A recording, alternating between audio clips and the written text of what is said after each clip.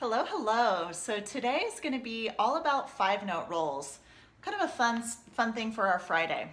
There are two main 5-note rolls that we're going to be using for this piece.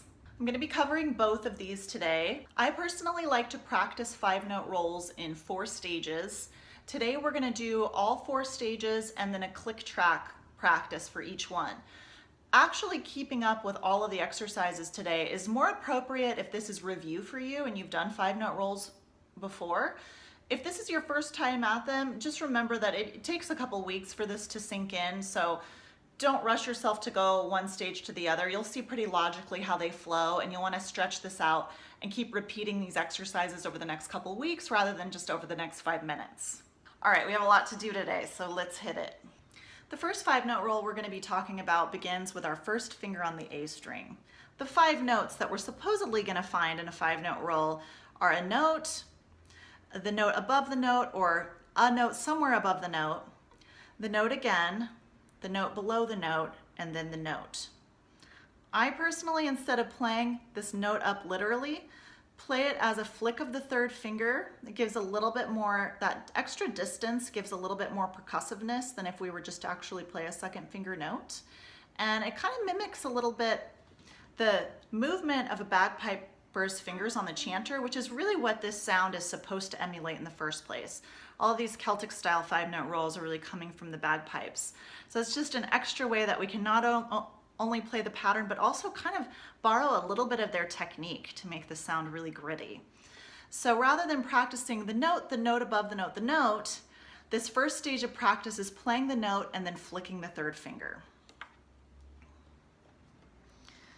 And we can do a sweep movement, or you can try kind of like a rattlesnake hit and pull. So just play around with what works best for you. We're going to play the 1st finger and then do a 3rd finger sweep. And then the same thing on an up bow.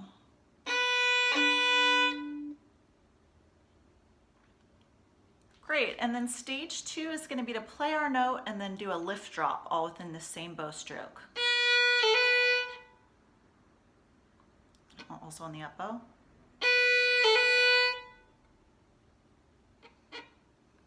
Stage 3 is to combine the movements. We're all in the down bow going to do a flick and then a left drop with that little bit of time in between so we can think. Let's try the same thing, stage 3, on and up.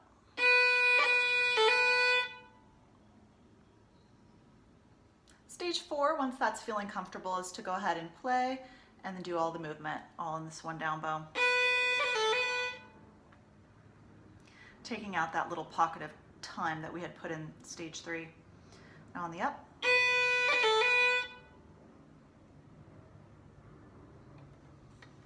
Great, and let's see how this feels to get this in at 70 BPM. Our whole 5-note roll is going to need to happen during the time of 1 click.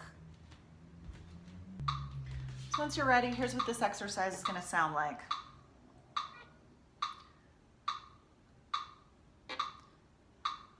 One, two, ready, go.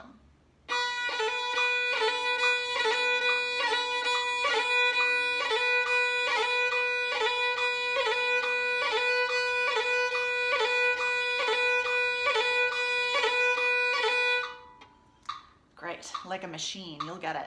All right, now just for reference, let's blast through our other 5-note roll. Again, take your time on these guys. You have all weekend to kind of break this down and use whichever parts of the video or which exercises you feel you most need.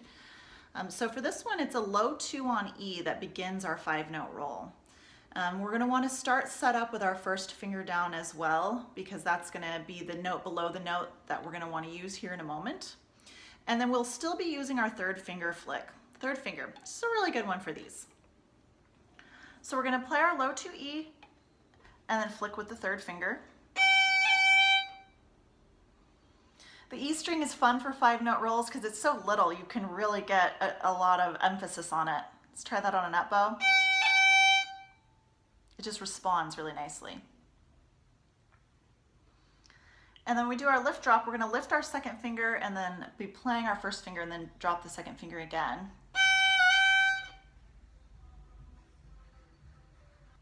And then on the up bow.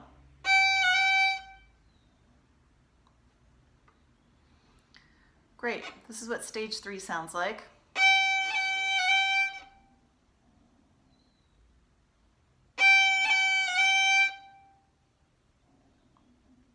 Do a quick check to make sure that you don't have any tension building in your thumb.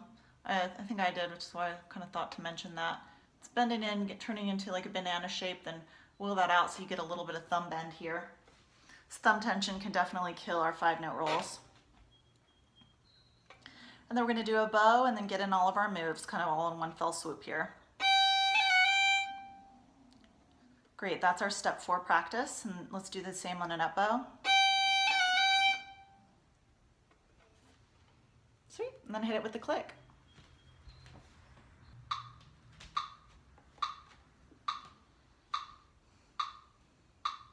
One, two, ready, go.